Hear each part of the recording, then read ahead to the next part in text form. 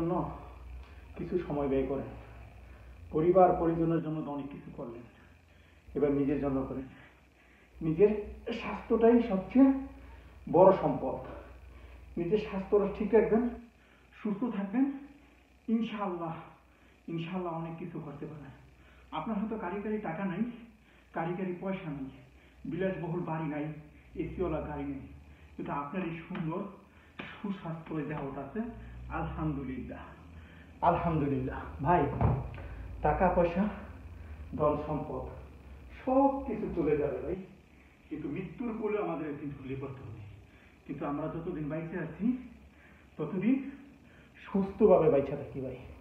সুস্থতা মহান আল্লাহর বড় নিয়ামত, কিন্তু তার জন্য কি আমাদের আল্লাহ কিছু নির্দেশাবলী মেনে চলতে হবে। ভাই, খাইতে পারবেন, আপনি কতটুকু খাবেন, কিভাবে খাবেন। আপনি যদি বেঁচে থাকেন আপনি অনেক কিছু খাইতে পারবেন, কিন্তু যদি আপনি সুস্থ না থাকেন, বেঁচে না থাকেন, কিছুই খাইতে পারবেন না।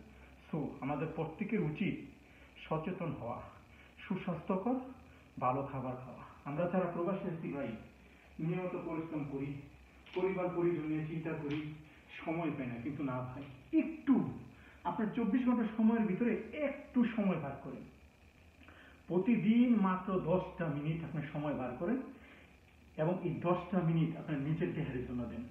ইনশাআল্লাহ আপনি সারা জীবন সুস্থ থাকবেন। ওকে, লেটস গো গাইস।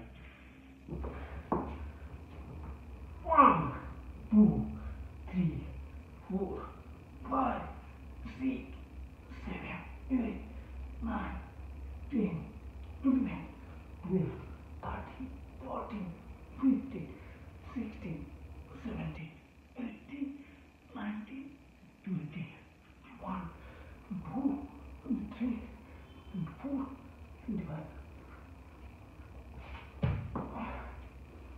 এভাবে আপনি প্রতিদিন 100 পুশ আপ দেন, 25টা করে। 25টা করে না পারেন আপনি 20টা করে দেন, আপনি 20টা করে না পারেন আপনি 10টা করে দেন, আপনি 10টা না পারেন আপনি 5টা করে দেন, কিন্তু আপনি শুরু করেন। প্রত্যেক দিন যদি আপনি শুরু করেন, অবশ্যই আপনার ইনক্রিজ বাড়বে, এবং একদিন আপনি সুস্বাস্থ্য সুঠাম দেহের অধিকারে পাবেন। সর্বোচ্চ আপনি সুস্থ থাকবেন ভাই। আমরা প্রবাসী থেকে ভাই অনেক কষ্ট করি পরিবারের জন্য, আত্মীয় স্বজনের জন্য, কিন্তু নিজের জন্য কি করছেন?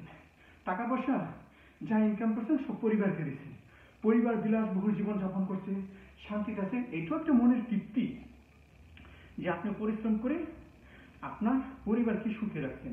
কিন্তু আপনি সুস্থ থাকলে আপনার পরিবার সুস্থ থাকবে, আপনার পরিবার সুখে থাকবে।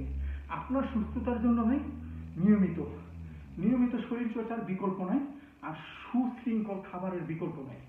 আমরা জীবনটাকে একটু উপভোগ করি ভাই, সুস্থ থাকি, ভালো থাকেন।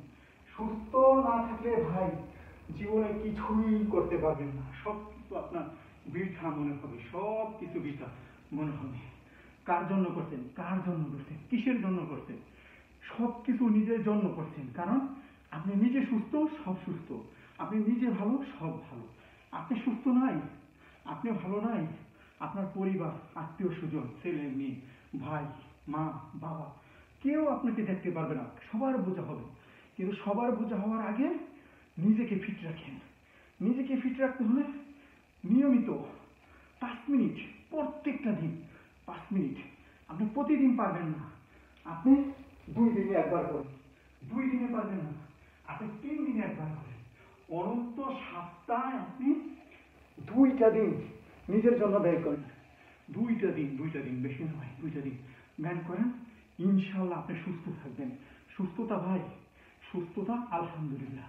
সুস্থতা থাকবেন, আপনার বাড়ি নাই, গাড়ি নাই, টাকা নাই, পয়সা নেই, কোনো কিছু নাই, কিন্তু আপনি সুস্থ আলহামদুলিল্লাহ। আপনার গাড়ি আছে, বাড়ি আছে, টাকা আছে, পয়সা আছে, ধনদৌলত আছে, সুন্দরী স্ত্রী আছে, ছেলে মেয়ে আছে, কিন্তু আপনি সুস্থ নাই।